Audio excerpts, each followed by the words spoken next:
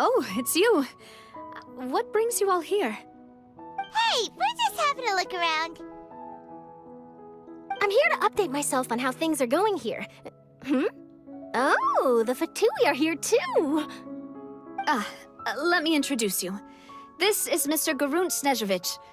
He represented the Knave in sending us a large amount of supplies, and is helping with our work. Our residents are hard at work as well. Thanks to everyone, work is progressing nicely. We've lost a lot of people, but we're moving forward. That will have to be enough. Hello, Miss Charlotte. I'm a big fan of yours. I especially like that article you wrote last year about Fontaine's stray cats. But if you don't mind, could you not emphasize our role too much in your report? It's not charity we're doing here. We just happen to share the same interests as Despina. I get where you're coming from. I'll keep it as simple as possible. Or would you be willing to feature as friendly neighbors? That would be fine. Thanks. Oh, you're back too. How are things? We finished laying down the construction materials. It'll be another hour before the workers are able to go over there. Huh? You're here too, Clorinde? Well, her reputation's greatly risen after that whole duel business with Miss Furina, so she's here in Poisson to wait out the heat. All right. She really came here to help me out. There's too much to consider in the reconstruction of Poisson. The Spina has need of more decision-makers. And, well, I do already happen to be connected to Mr. Callis. Oh, wait just a moment. Do you mind me asking a few questions? You know, about how you felt before the duel, about what it was like facing down a god. There's lots of exciting material there, I bet. Forget it. I'm sure you can find a better theme than that, Miss Charlotte. I see you're the same as always. Couldn't you do me a favor, for Navia's sake? Well, if we're talking about doing things for my sake, you might as well just take a few more photos of me. Or of the Traveler. It's better than wasting time persuading Clorinde, at any rate. Of course I will. I'm not gonna let him off that easy. All right, then everyone who wants to be in the photo, gather up. And smile.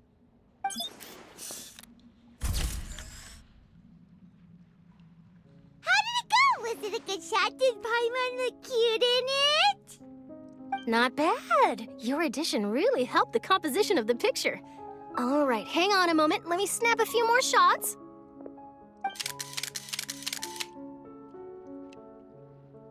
All right, that should do it. I'll be back here later anyway, so let's call it a day.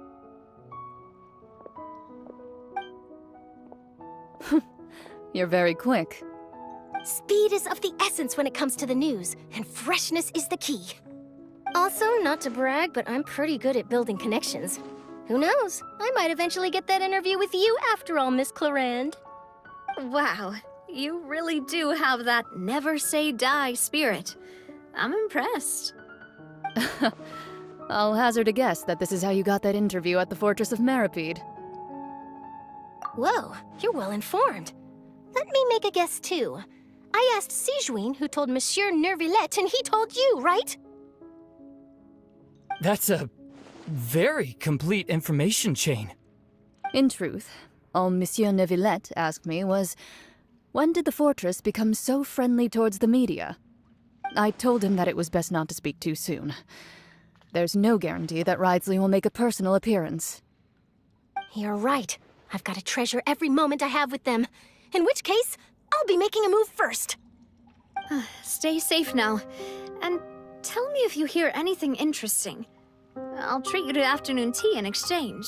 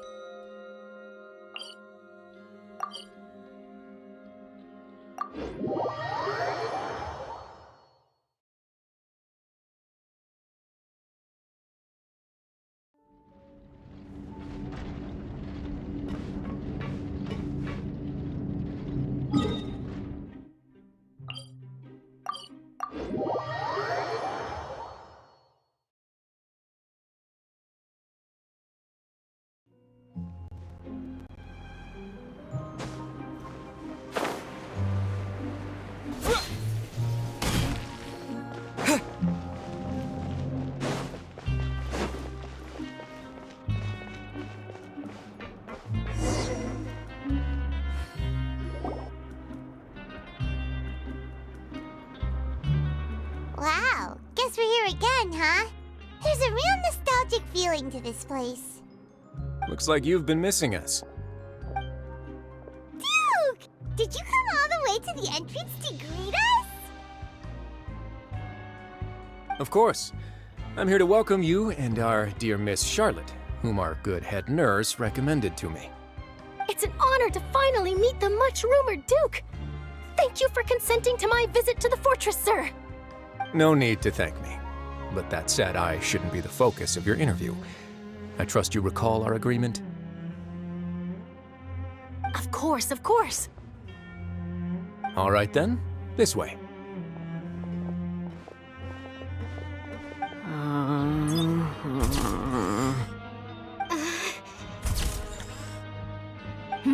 Hey, no need to be so nervous. I've already taken all the photos we need.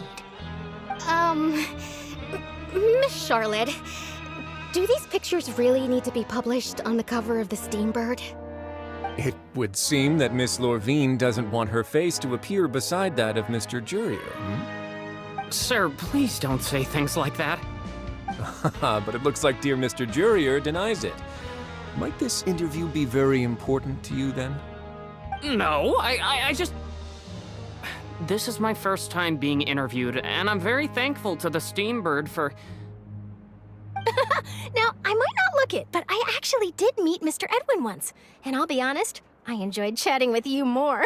You've definitely got more of that genius vibe going on.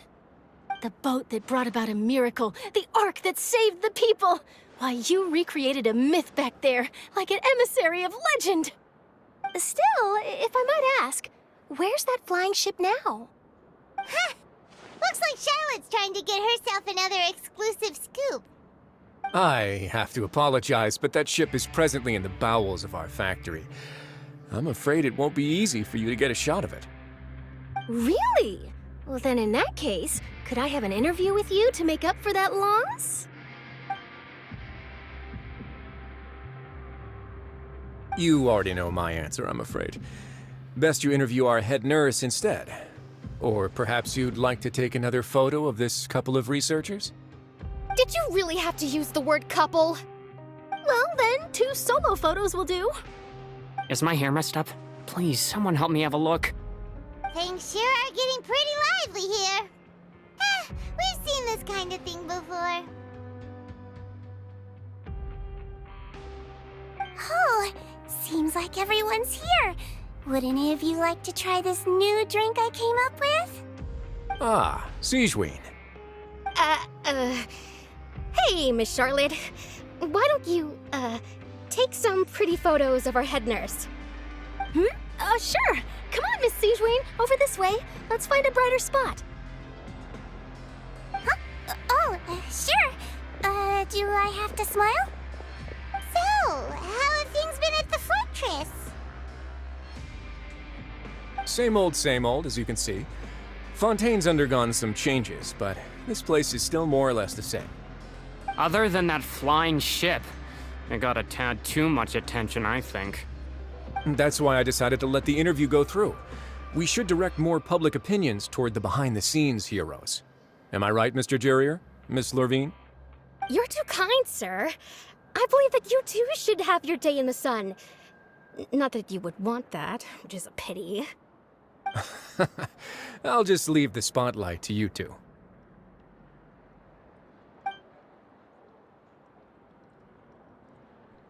I see.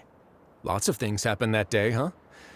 Anyway, regarding that Harbinger, I'm not sure you remember, but his 3 young followers are still waiting for his return. He sure did win them over, huh? I'll tell them that there's good news and bad news. The good being that their boss seems fine, and the bad being that they must face extended sentences for abetting his escape. Oh, actually, what about you? Are things gonna change for you too? What change can there be? The fortress will keep chugging along, and so will my duties. As to what Miss Furina's departure will mean for the nation, and if our laws and governance will be transformed, we'll leave those to the folks in the overworld. Hey everyone, the photo shoot's done. Good. In that case, let's call it a day here. Thanks for your cooperation. Come on, Traveler, let's go. Till next time, everyone!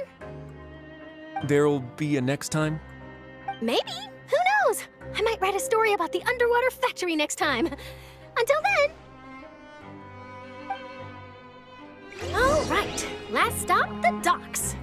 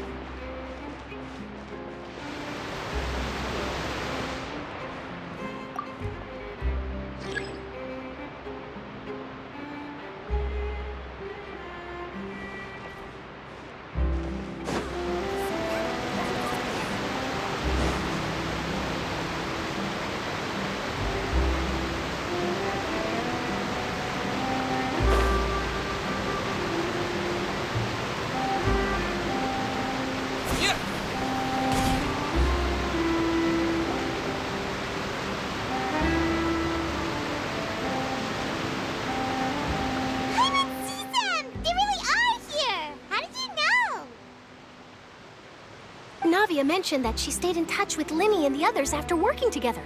Apparently, they've been at the docks distributing these strange pockets the whole time since. Traveler, Paimon. Ah, and Miss Charlotte, too. Would you like a magic pocket? What sort of gadget is it? It's a wondrous bag that can be used to carry many things. The water level has returned to normal, but if you see any of your things floating around, you can use this to carry them. Or you could trick a friend into doing it for you. Trick a friend? I wonder which of my friends would fall for that.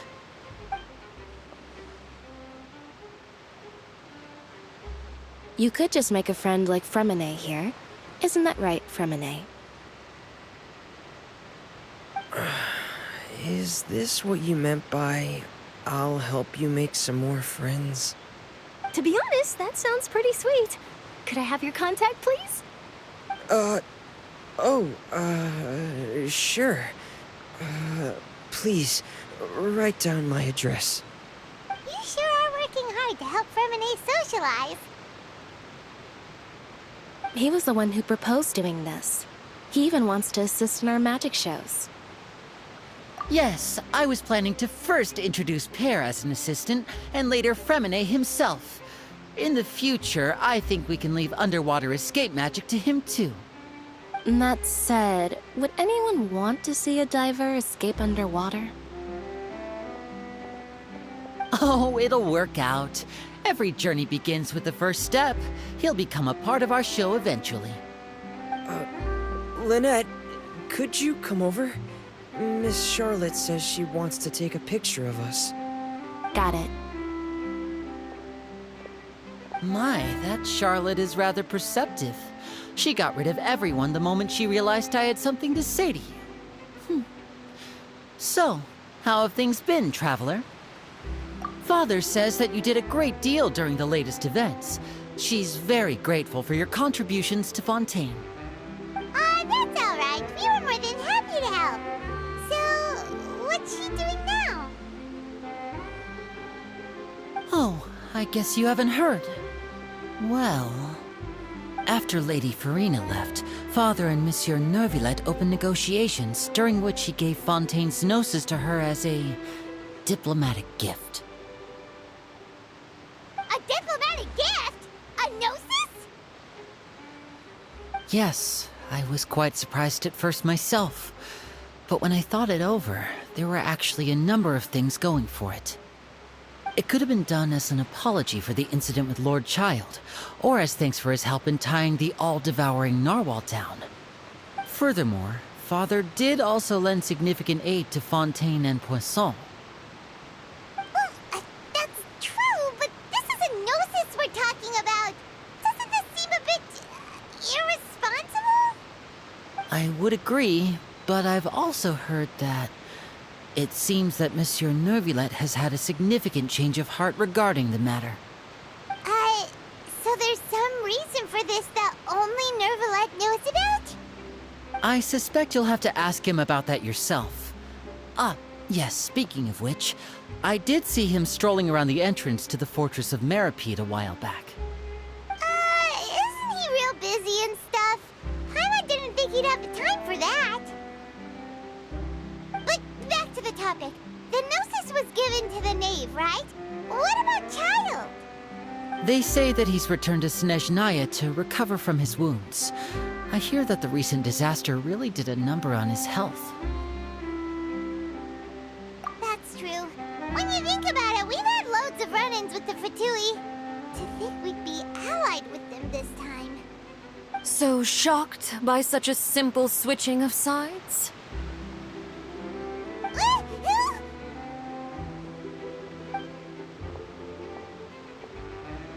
Father! Well, what do you know? Come to the docks to see how my children are doing and meet the Traveler by chance. Please do not pay my accomplishments in Fontaine too much mind. I would have done them regardless. Are you going to take the Gnosis back to Snezhnaya? That is our duty as harbingers, yes. Don't be too preoccupied with sides. The goal of the Fatui concerns not a single place or person, but the entire world.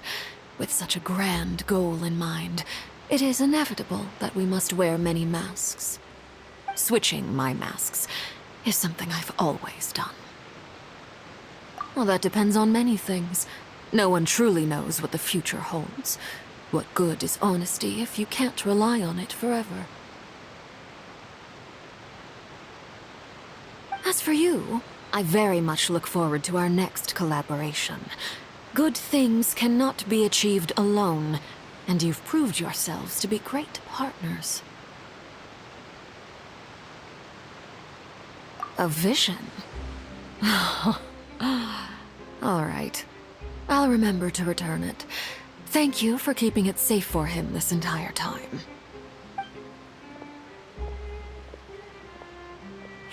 That's a wrap for me. Huh? You're...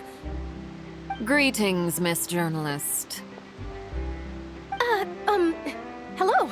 If I'm not mistaken, there are diplomatic channels I'll need to report to take a photo of you. That is correct. So forgive me, but I will not be able to serve as a subject in your article. However, feel free to write as much as you'd like about our dear magicians and our upcoming rookie talent. I will. The sea breeze is quite pleasant. I shall continue my walk while the weather remains so agreeable. Farewell. Farewell, Father. Oh, she has such an intimidating presence. I didn't even dare to take a picture. Thankfully, I've already wrapped up all my pre-scheduled interviews. Thank you all. This'll be more than enough for me to write about, I'm sure. Don't be too nervous. Why don't you take a magic pocket before you go? Here, Traveler, Paimon, you take one too. To move things about? That's right. Funny. I was giving out magic pockets when we first met too. And what do you know? I'm doing the exact same thing right now.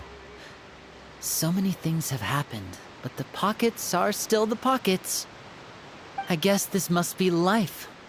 We will all follow our own paths, and serendipity will lead you to your fated friends. All right then. We'll be handing out pockets in some other districts later, so we'll get going now. Have a good day, you two. Well, guess we sent Charlotte off. Shall we go see how Neuvillette's doing? As long as he's not so busy that he...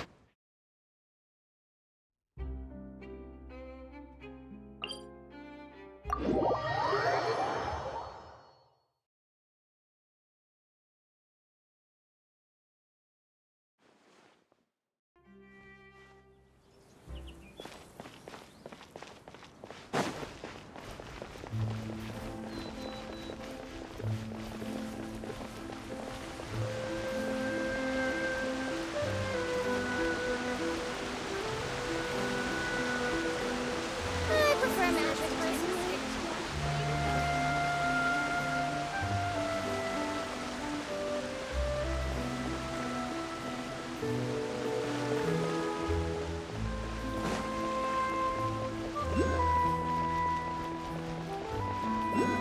entrance to the fortress! Ooh, he really is there!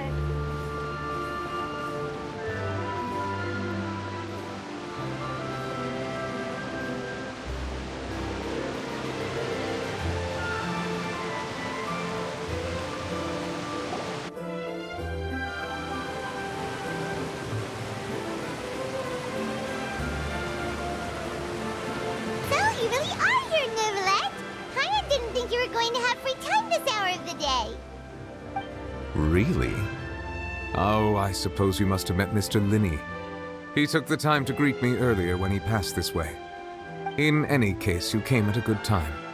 I was just considering reaching out to you to set up a meeting, so I may explain some things that I haven't had the time to before. Aw, Paimon's glad that you remembered. Thank you for keeping us on your mind, what with you being busy and all. Alright, let's have it then. How was Fontaine actually saved? The whole business is still quite the mystery to us. It is strange how words can often leave a bitter taste in the mouth when it finally comes time to say them out loud.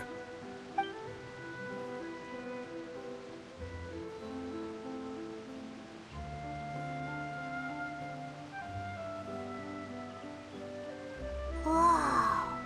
So that's what happened? Focalor destroyed the divine throne of the Hydro Archon and restored your power to you, transforming you into a fully fledged elemental dragon sovereign. But Paimon still doesn't quite get what you did to save the Fontainians from dissolving. For me, the authority of the ancient dragons refers to absolute control over the hydro element. Fontainians were incomplete humans born of Egeria's use of the power of the primordial sea, with constitutions similar to that of mimics. But so long as those primordial energies remain within them, I could use the ancient dragon's authority to grant them true blood, after the fashion in which life was first brought into being on this planet. In other words, when I gave my verdict, Fontainians became true humans, and thus would naturally no longer be dissolved by water from the primordial sea. Focalor must have counted on you to make that decision as well. Your verdict was the key to making the prophecy appear to have come true while saving everyone. Yeah, and in a manner of speaking, Focalor finally managed to fulfill the original Hydro Archon's wish to turn Oceanids into real people too! It seems from your expressions that you still have more things you wish to ask. Ask away. I will tell you the truth as I know it. I have investigated his case along many avenues, and I have learned that he once fell into an unknown chasm when he was young. There, by chance, he awakened the all-devouring narwhal. But whether it be by sentiment or reason, that should not have been enough to consider him the root cause of the disaster. At most, he would have had tangential liability.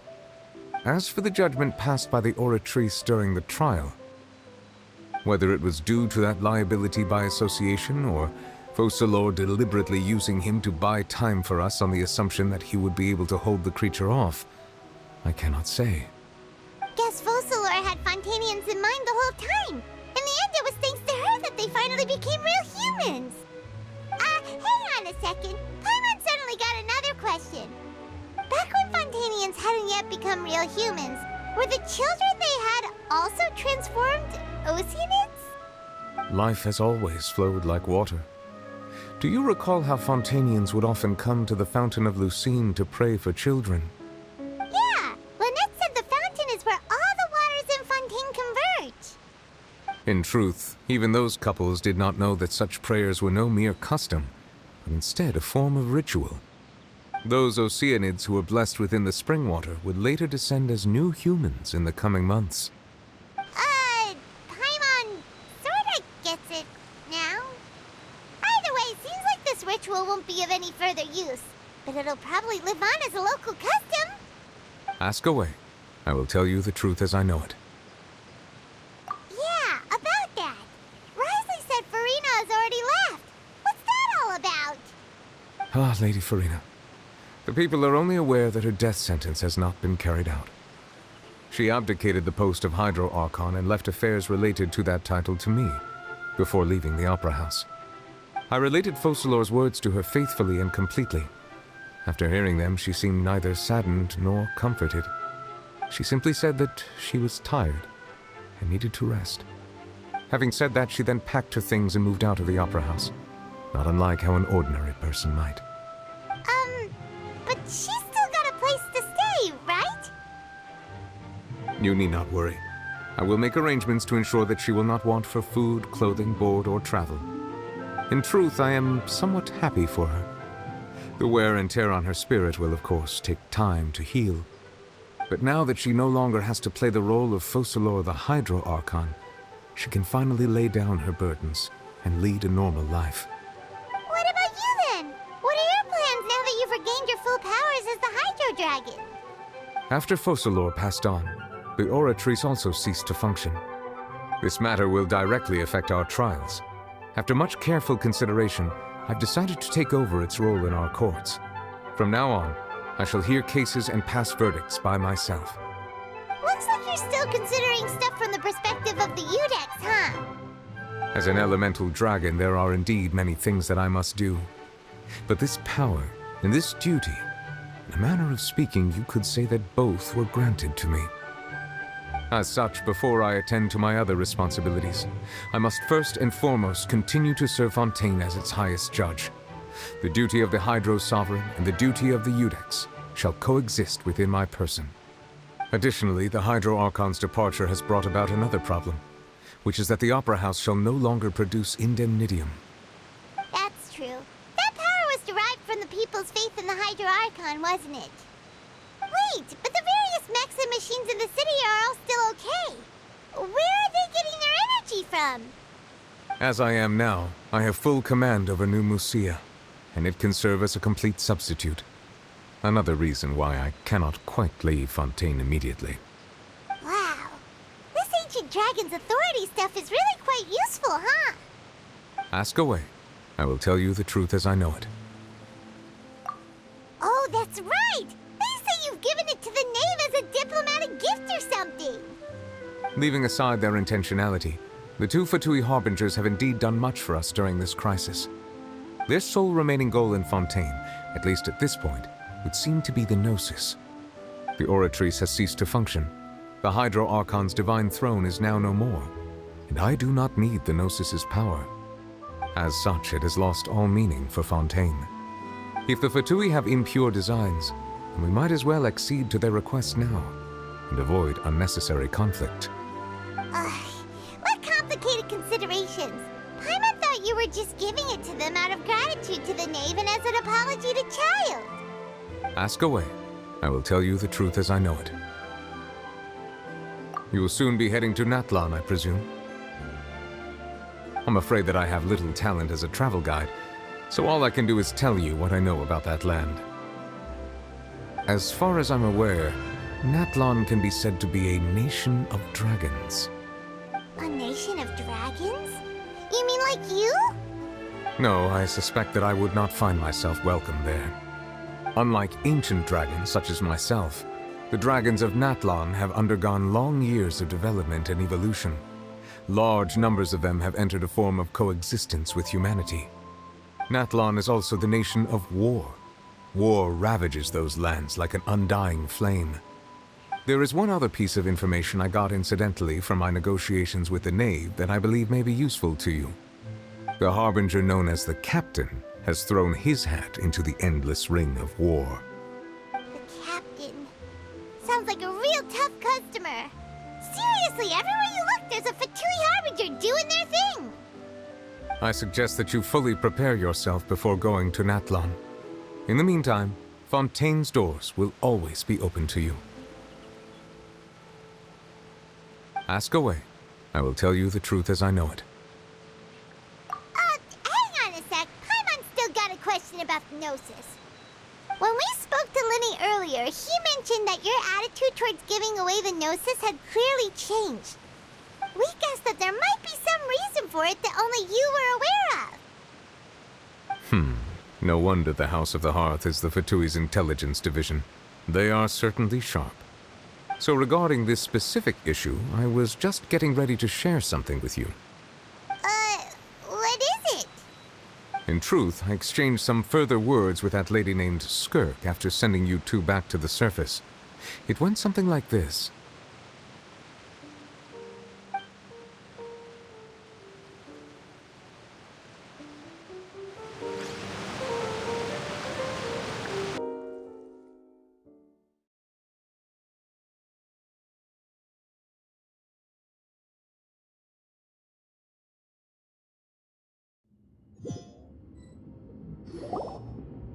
Well, we're going to head topside to see what's going on. You hurry over soon as well, all right, Neuvillette? What next? The all-devouring narwhal isn't here, so I'm no longer getting any interference. I can finally catch the scent of your power, what it's made of. It is the authority of the planet's primordial dragons, but with something very similar to a god's curse mixed in. It's quite a novel blend. I'm sure I've encountered something like this before. What was it again? I do not know what you speak of. Of course. How could I forget? You should have the remains of the third Descender on your person, yes? Remains? I've never heard of any such thing. According to your parlance, I believe it may be called a Gnosis. Well, that much is true. After Focalor's divinity faded, she handed her Gnosis to me. But I fear I have never heard of it described in the manner that you just did. I've been training with my master, the Foul, ever since I was young, and I have never returned to the surface since. So most of the information I possess, I got from him. It is only natural for those who are greater than humanity to possess a different sort of common sense, which is why there are so many problems in our attempts to communicate with humans. Regardless, you should probably get rid of objects of misfortune to prevent any disasters from befalling you. To live in itself is a blessing, but once a person dies, the bonds he once had with this world shall all turn to curses. What do you mean by that? No need to fret. These are just my personal thoughts, and my reason for no longer wishing to return to the surface. This third Descender you refer to, who are they? And when did they die? Master never mentioned them to me. Perhaps it just wasn't that important for me to know. If you're interested, though, I could ask him. I'll be sure to pass the answer on to you next time. Next time? You believe we will meet again? I do.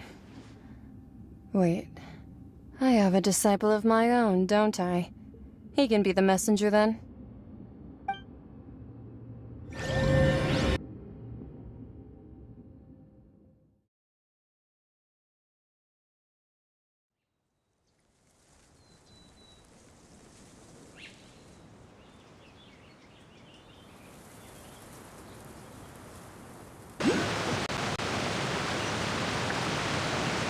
That's what she told me. Whether it would prove useful or not, I wanted to pass that information on to you. The remains of the third Descender? So that's what the Gnosis actually are. Paimon just thought they looked like chess pieces. How could they be a person's remains? All the same, assuming that there was no misunderstanding or special metaphor at play, that is what she meant to say. And she said that it would bring misfortune and that you should check it, which is why you gave it to the Fatui. If she speaks the truth, then I would simply be putting Fontaine at unnecessary risk by keeping it here.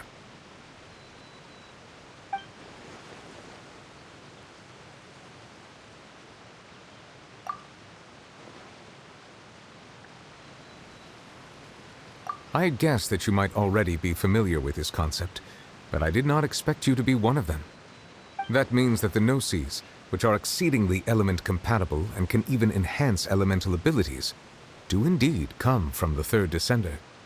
I wonder, Does your body also possess similar properties? Like being able to use elemental powers without a vision.